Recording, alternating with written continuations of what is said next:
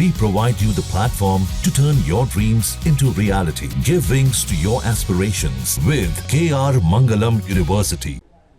और यहाँ से फ्लाइंग ऑफिसर प्रतीक्षा शर्मा उन्हें उस जगह पे ले जाएंगी जहाँ से वो ध्वजारोहण करेंगे। उनके साथ और सबसे महत्वपूर्ण बात यह है कि देश भर के उन लोगों को भी यहाँ पर आमंत्रित किया गया है जो विकसित भारत के लिए अपना योगदान दे रहे हैं, खासकर ग्रामीण क्षेत्र में, चाहे वो किसान हो। विभिन्न योजनाओं के तहत जिन सरपंचों ने अच्छा काम किया है, जिन किसानों ने अच्छा काम किया है, सरकार की योजनाओं में जिन लोगों ने शानदार काम किया है, उन सबको यहाँ पर मेहमान के तौर पर आमंत्रित किया गया है। तकरीबन 5000 देश विदेश के लोगों को यहाँ पर आमंत्रित किया गया है, जिसमें खिलाड़ी हैं, किसान हैं, विभिन्न समाज से जुड़े लोग हैं। और ये दृश्य जो आप देख सकते हैं, ये खूबसूरत, और जो थीम रखी गई है वो थीम है नया भारत, और जो लक्ष्य है वो है भारत को विकसित बनाने का 2047 तक।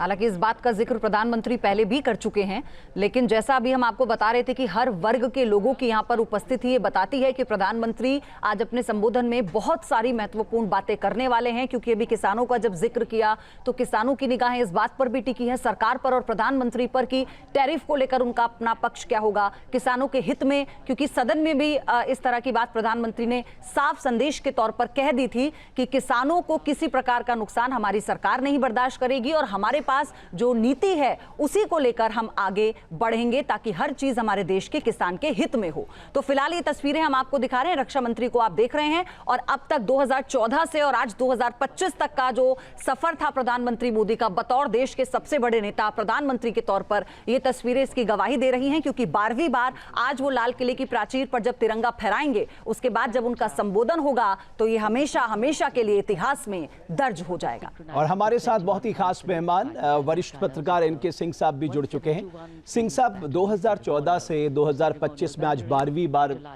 प्रधानमंत्री देश के नाम संबोधन देंगे। मैं चाहता हूं कि तब से लेके अब तक आपने क्या क्या अलग देखा?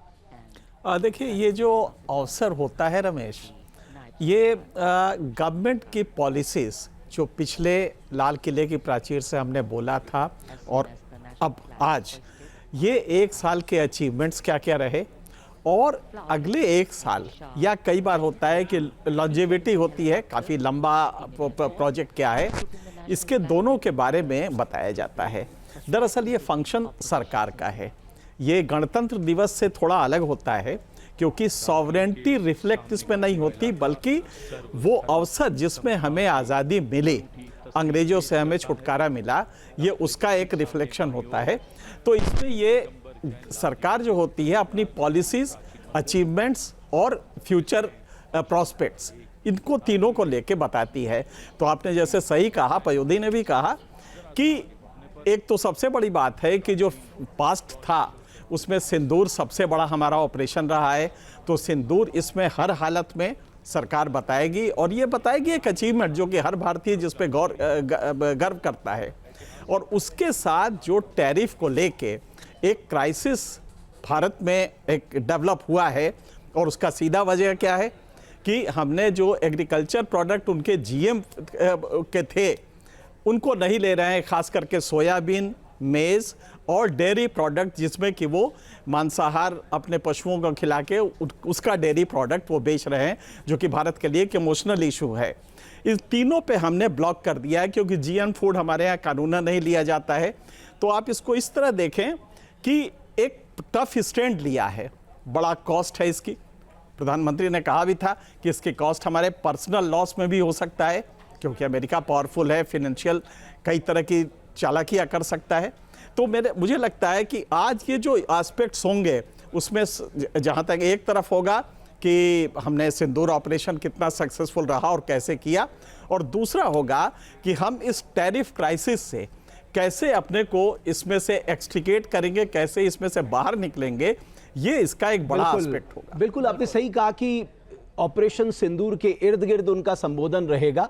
लेकिन संजीव जी, क्या आपको लगता है टैरिफ जैसे पक्ष को भी वो छुएंगे, खासकर तब जब आज अलास्का में पुतिन और ट्रंप की बातचीत हो रही है? उम्मीद बेहद कम है। कल उनके वित्त मंत्री का ये कहना कि साहब अगर बातचीत नहीं रही, मतलब सकारात्मक नहीं रही, तो अतिरिक्त टैरिफ के लिए भी भारत को हम लगाएंगे। जी रमेश जी, मेरा ऐसा मानना है कि भारत के प्रधानमंत्री श्री नरेंद्र मोदी अपने संबोधन के दौरान इस विषय को भी एड्रेस कर सकते हैं। इसके ऊपर अपने इंसाइट्स, अपने जो विचार हैं, अपने जो गाइडेंस हैं, अपना जो विजन है, उसको प्रस्तुत कर सकते हैं। और मेरा ऐसा स्पष्ट रूप से मानना है कि भारत अपनी स्ट्रेटजिक ऑटोनॉमी, जिसको कहते हैं रणनीतिक स्वायत्तता, इसके साथ कभी भी कोई समझौता नहीं कर सकता। और भारत ने और हमारे प्रधानमंत्री श्री नरेंद्र मोदी ने समय समय पर इस बात को स्पष्ट रूप से बताया है, चाहे वो अमेरिका हो, चाहे वो कोई भी अन्य महाशक्ति हो, कि भारत की जो विदेश नीति, भारत की रक्षा नीति, भारत की आर्थिक नीति में स्ट्रेटजिक ऑटोनॉमी उसका आधार बिंदु है। और स्ट्रेटजिक ऑटोनॉमी की जब मैं बात करता हूं तो जाहिर है कि भारत अपने निर्णयों में अपने राष्ट्रीय हितों को सर्वोपरि रखता है।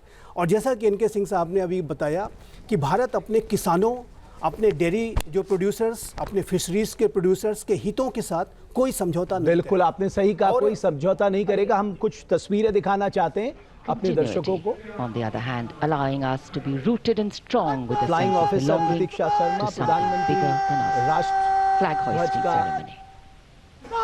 फहराते हुए और प्राचीर ये जो रमेश